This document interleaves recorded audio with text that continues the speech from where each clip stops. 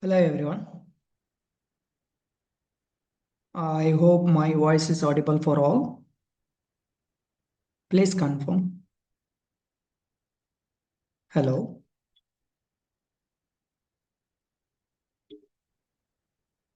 Yes, audible. Audible, no? Yes. Just a minute. I'll check whether it is recording or not. Yeah.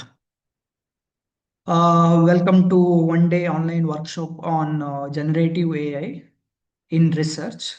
So in this workshop, I'm going to tell how we can use generative AI while doing research, while conducting research, while writing manuscript and all.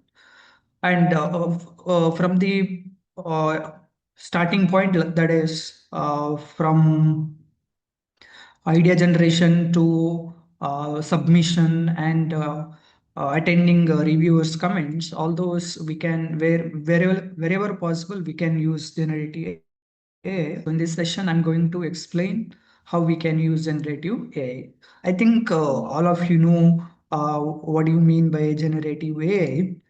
Still I think it is better you should know how generative AI works, and from that point of view you'll able to understand what are the limitations of generative AI, and you should know, because when you know the scope and the limitation of generative AI, then only you can use effectively generative AI in your research.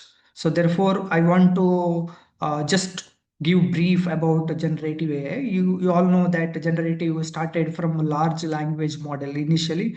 It is called as a large language model or LLM. So this is nothing but LLM is nothing but it is a trained on massive text corpora to predict the next token in a sequence. So here you should understand how ChatGPT works. ChatGPT is a brand of OpenAI.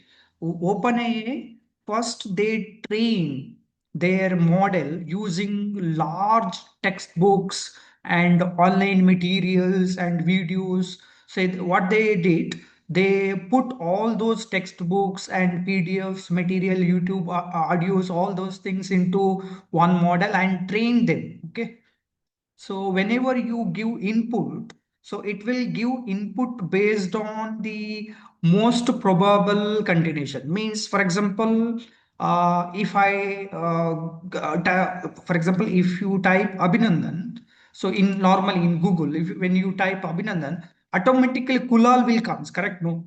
So this is most probable words used Abhinandan and Kulal. So in that manner, it will give the output.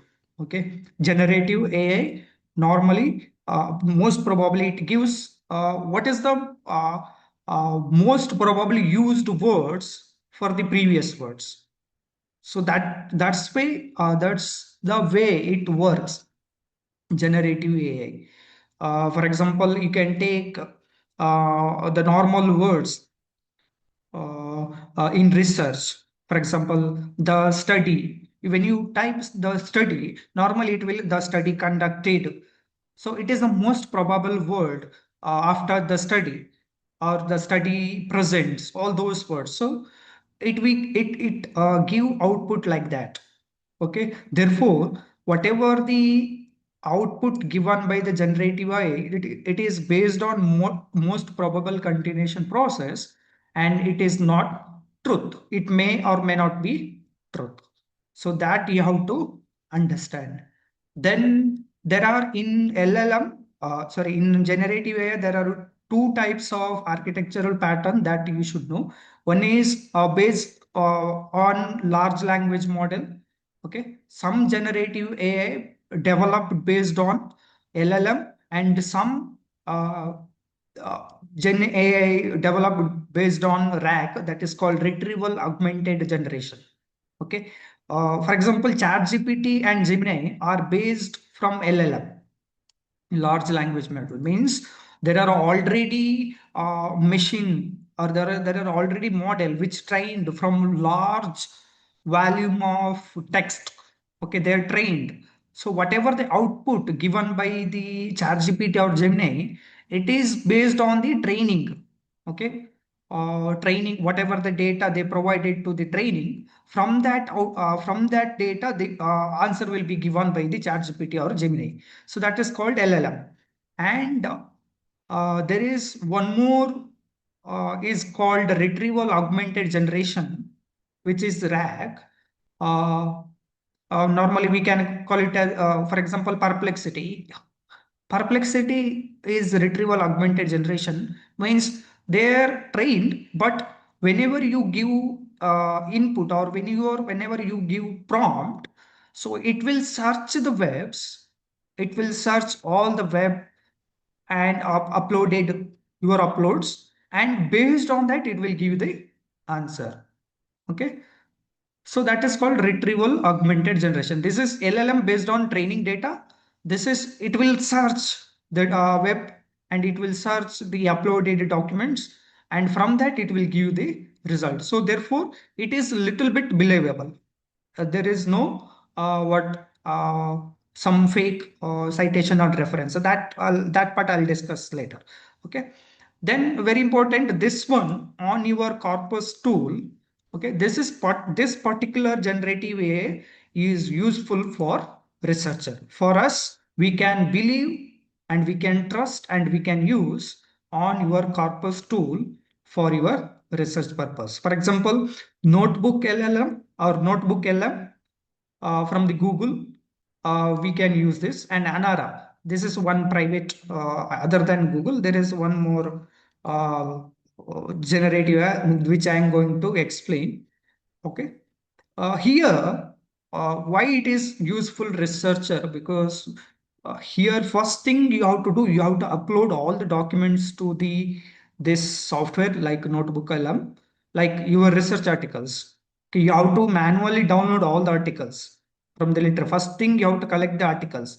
Then you have to upload your articles into this softwares. Then you ask any questions, it will answer from the documents uploaded.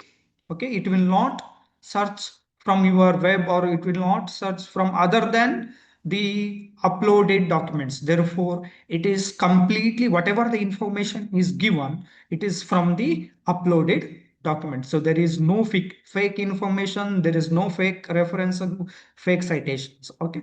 So these are the three important model you have to understand. Depending upon your what use, you have to select the model. Okay.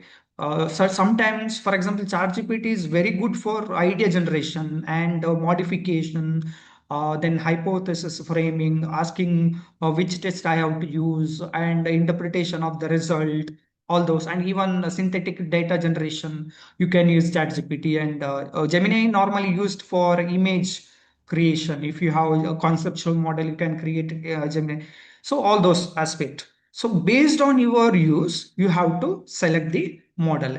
It is not that can you suggest one model? No, I cannot suggest one model. So each generative have a different use. Okay, you can make use of that particular what USP of that particular generative AI for your benefit. Okay. Therefore, you have to understand. Now, I explained how this works, generative AI. So, there are main key properties you should know before using generative AI. So, this is a common word used in AI, that is hallucination. Okay, so hallucination means these large language models give false or non-existence information with confident. It tells confidently generate false or non-existing paper, statistics, or codes. Okay, study shows high hallucination rates in reference. One study found 28. So if you, for I'll show how it will give false information. So sometimes the citation may not exist. Sometimes the reference provided by the AI will not may not be exist, or the citation and reference mismatch, or citation author's name correct but year is wrong. Okay, so this is called a misattribution. So there is a possibility, and it will provide DOA number, and most of the case this DOA number does not exist because journals ask for the DOA. Nowadays it is increased because of generative AI. Now most of the journals will ask for DOA number or URL because they know the citation and references given by the chat GPT is fake, does not exist, and most of the research are using chat GPT or any AI for writing purpose.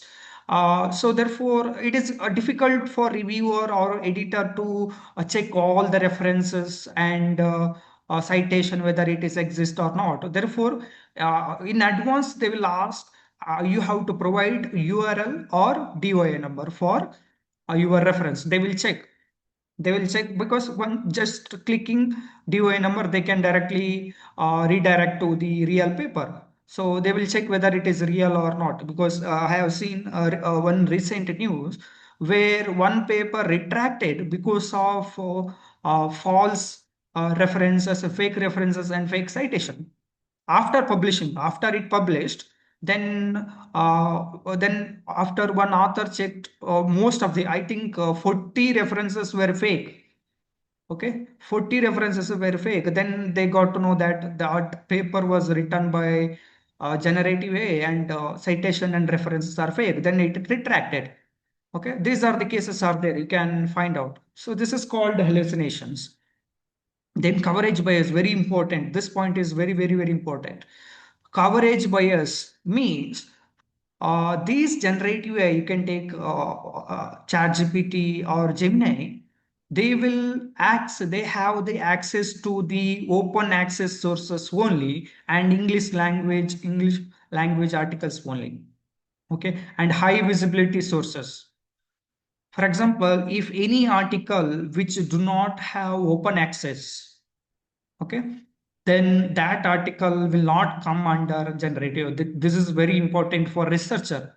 Okay, if you are randomly searching, okay, open access enough. But if you're doing research, sometimes most of the, for example, my own studies, most of the my studies are closed access, so you cannot download directly. This is open access, you can see here, this is open access. What is open access and what is closed access? I think you all know. Open access means you can directly download. There is no payment for to get these articles. You can directly read this article. You can directly open, download. There is no charge. But there are some articles which is closed access. For example, this is completely closed. You cannot access, you cannot download this article unless you pay the amount. Okay, you have to pay the amount to the publisher, and then only you can read this article. For example, look at here, get permission.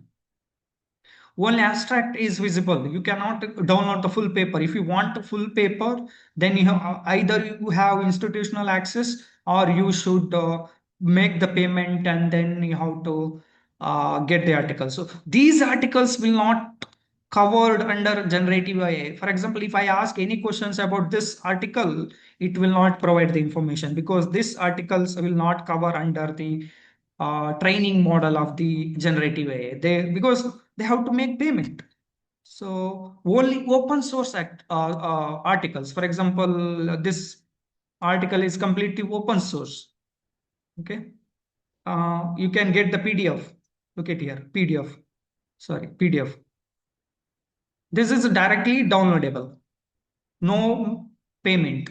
So only these articles covered under generative AI, and these are the articles will not covered under the AI. For example, just assume you are doing one research, and out of that, that topic is very interesting, and what happens? 50% of the articles are scopus. Normally, we have to look for all 100% articles from the scopus. Assume you looking for the articles for particular topic. 100 articles are there. Out of 100 articles, 50 articles are open access and 50 articles are closed access. Okay. Now, if you use generative AI, only generative AI for your writing purpose or literature purpose, what happens? it takes only 50% of the articles of that particular topic. Okay, remaining 50 articles will not take. So this is your research become partially true. Okay, because you have not seen remaining 50% of the article. Therefore, you have to understand what is the limitation of a generative AI. So it is coverage bias will be there. Okay, coverage bias and context limit. This is in case of notebook and Anara. I said we have to upload all the articles to the notebook LM. Then whatever the question you ask, the answer will be given from the uploaded documents only. So this is the limitation of notebook LM or Anara.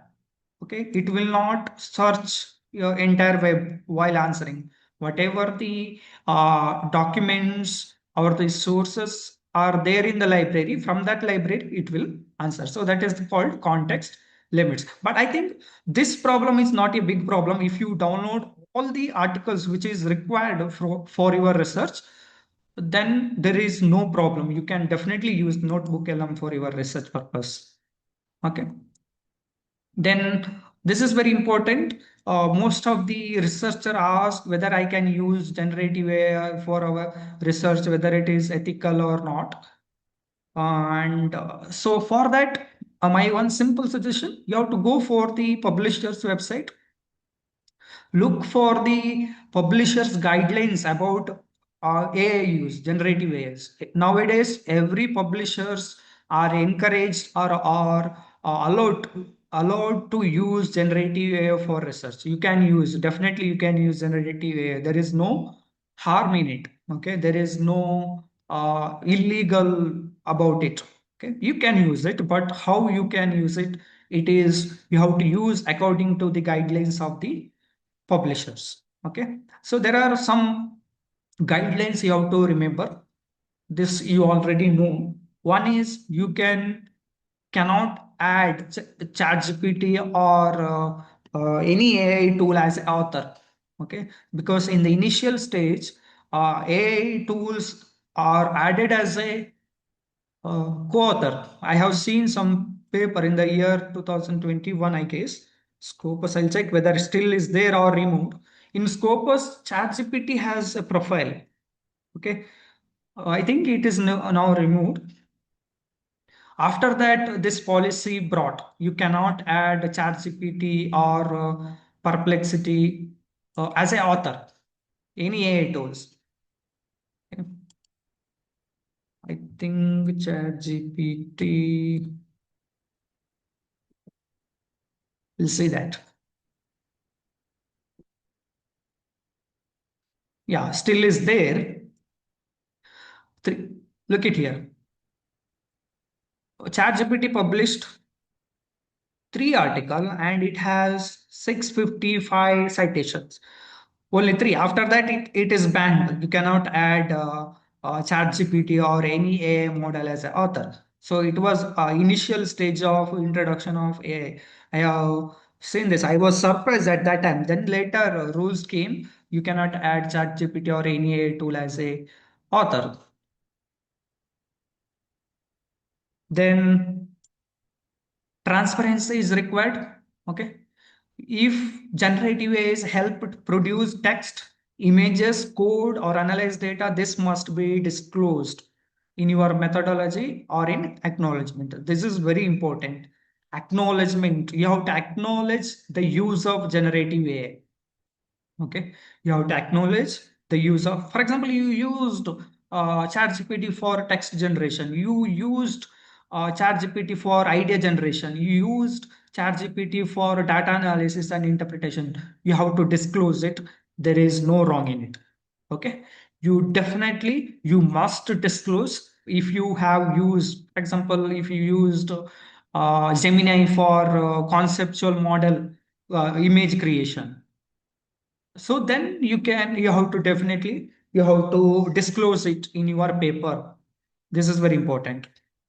If you have used, then you have to disclose. For example, in my paper I normally use it for grammar correction and sentence framing And sometimes I used for understanding the test, for example, for methods like experimental design. Recently, I'm doing one experimental study. For that, I used uh, ChatGPT, how we can conduct experimental design, and so all those questions for implementing methodology. So you can use ChatGPT or any AI tool, but you have to disclose it. Then very important, if you used anything, any AI, ultimate responsibility is you.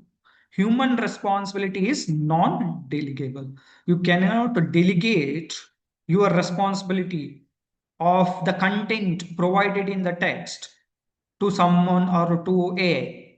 Okay. Author is the ultimate, the fully responsible for the all content, including AI generated part. For example, you written one part in introduction using generative AI, but after, if any one reader find out that this information is fake, then you are the responsible. Okay, if you generated text from the ChatGPT or any AI tool, it is fine. But if it is fake, then you are the responsible. For example, if a citation is fake, if the references is fake, then you cannot blame for AI tool. You are the responsible for. Even if you disclosed the use of AI, the fake information or the fake or whatever uh, misattribution, hallucination, whatever it is, you are the responsible. So that the thing, because uh, normally what happens when reader find that you have written article or the citation is fake or not traceable, then what editor will do, first he will send you mail to give justification. Okay, they do not directly retract your paper from the website. First they will ask, they will call, they will do some investigation. Okay, they will ask your clarification. So if your clarification is not satisfied by the editorial board, then they will retract. So therefore you are the ultimate responsible for your paper. And as I said, if you want a specific guidelines of that particular website, you can go a particular publisher's website. You can go for a guidelines publisher. Each publishers have their own. For example, this is Wiley AA guidelines, and this is elsewhere. You can look at here, elsewhere, and Frontiers. These are top publishers: Oxford's, Springer, Sage. Okay, these are the top publishers. You can look at the use of generative and AI assistant technology in writing for elsewhere.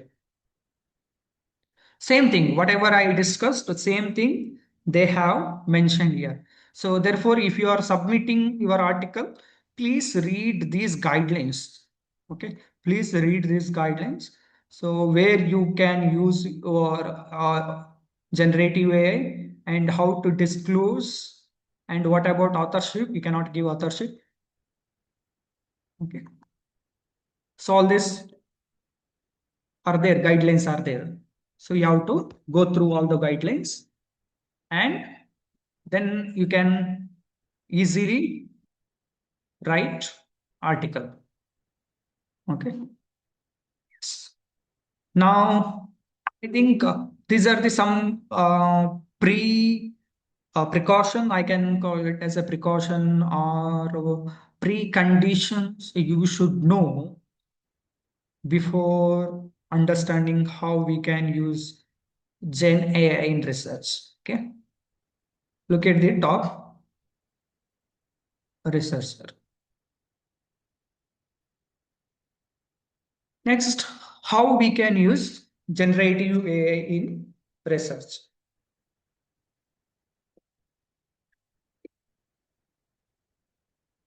Okay, I think I'm not going to discuss all the generative AI. If you look at in Google, there are many generative AI are there, but I'm going to discuss only few and very popular model in nowadays. For example, this one is Anara. This is not popular one, but which is similar to Notebook LM. Okay, which is similar to this is Anara. This is also paid version. This is not free version. This is paid version. And this is Notebook LM, which is very useful for researcher. Okay, Notebook LM. This is free since I have Airtel SIM. I think Airtel. Yeah, Airtel SIM. This one I got free. Airtel or Jio, I don't know which one, but now I am getting pro version. You can see here. If you have Airtel or Jio SIM, you can take benefit 1 year. They give one completely free. So make use of it. Then Google Gemini, again, this also free, completely free. Pro version for 1 year given by, I think, Airtel or Jio SIM. So I have what unlocked that pro version. You can look at here, pro version. Okay, Anara, Notebook LM, then Google Gemini, and then you all know that ChatGPT. Okay, ChatGPT now it is Go version. This also completely free for 1 year. I think for GeoSIM, ChatGPT 5.2 model now. Okay, and one more we have Perplexity. Perplexity by Indian origin. The founder of this Arvind Srinivasan, he is from India, Indian origin. So he developed this model Perplexity. This is good actually uh, for research purpose. So these are the five models I am going to explain. And again, if you have Microsoft, there is Copilot is there. You can use Copilot also. Okay. I'm not using that Copilot, but you can use Copilot for your research purpose. So these are the some top generative AI models. Now, how we can use beginning from the idea generation. Okay. I shared one research paper where they mentioned the use cases of generative AI. Same topic I have taken, same ideas, and also added, I think, 18 more. So totally 50 use cases I have included where you can use generative AI for research purposes. I'll explain one by one. First one, identify gaps in your current research. This is the one important thing. Now you have an idea, like I have to do research in one particular area. This is my like for example, recently I'm planning to do research on how moral suasion is helping for sustainable AI. So, how this point came into my mind is like I was thinking there was a special issue about sustainability AI. So, how we can bring sustainable AI? So this is the biggest problem nowadays. Everybody are using generative AI, but you should know what is the problem creating generative AI to the environment, to the society, to the economics, to the government. Okay. So there are a lot of what limitation or drawbacks in using generative AI, but again we cannot nowadays AI become inevitable like internet. In future, Gen AI or agentic AI, or whatever it is, type of AI will come. So it will become part and parcel of our life.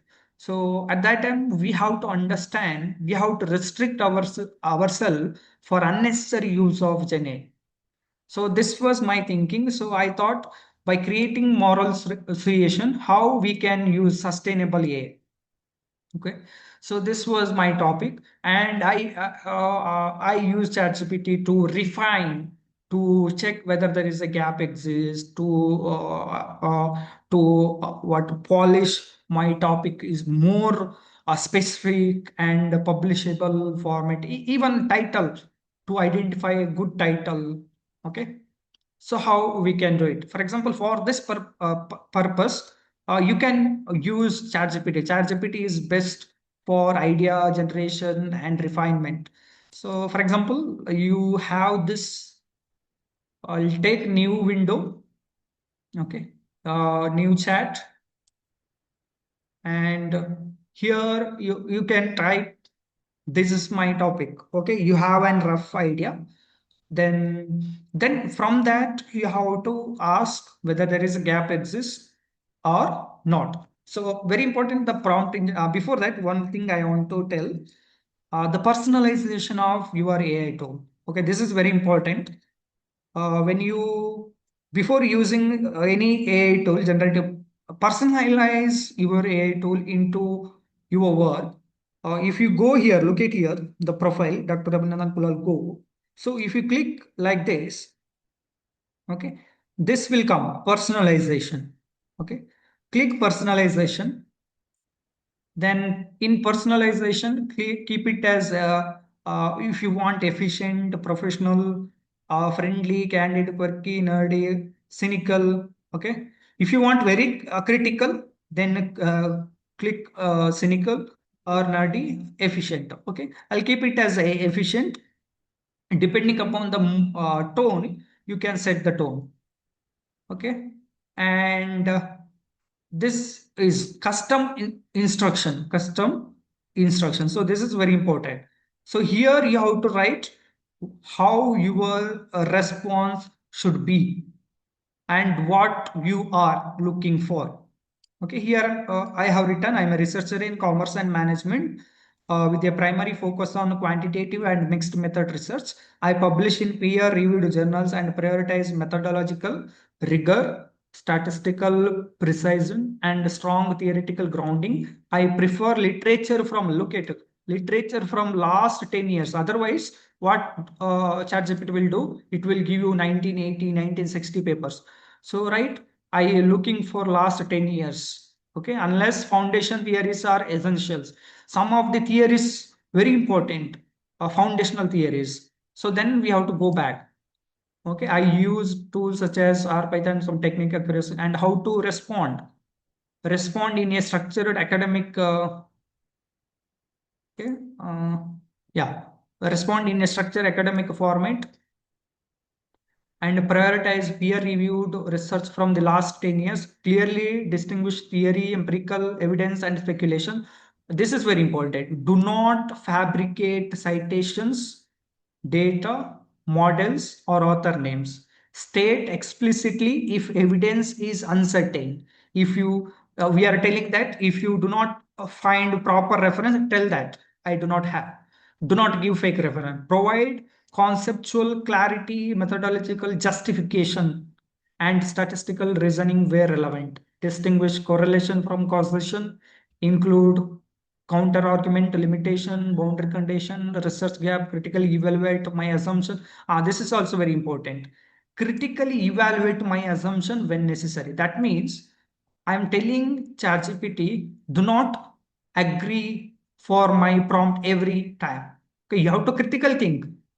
Okay, for example, if I ask whether this topic is new, if you do not give this custom instruction, it will always tell yes, it is a completely new, it is a groundbreaking research. So it try to please you. Okay, now I am telling don't try to please me, you have to critical think. Okay, maintain formal tone and avoid oversimplification or automatic agreement. Okay, so this is the custom instruction. You can give your own custom instruction for researcher. Very important. Do not give fake reference or citation and be a critical. And you can write about more about you.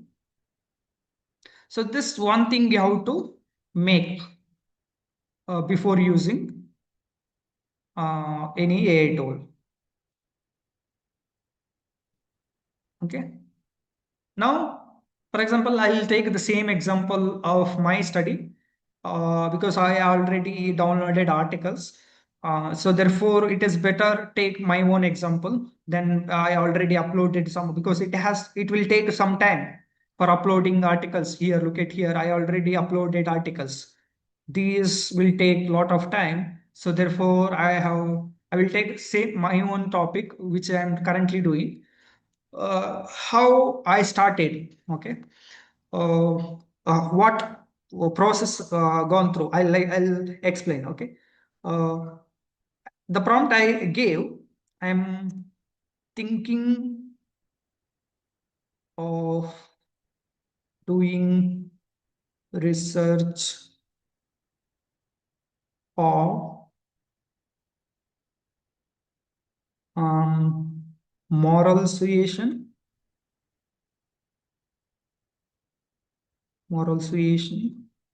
and sustainable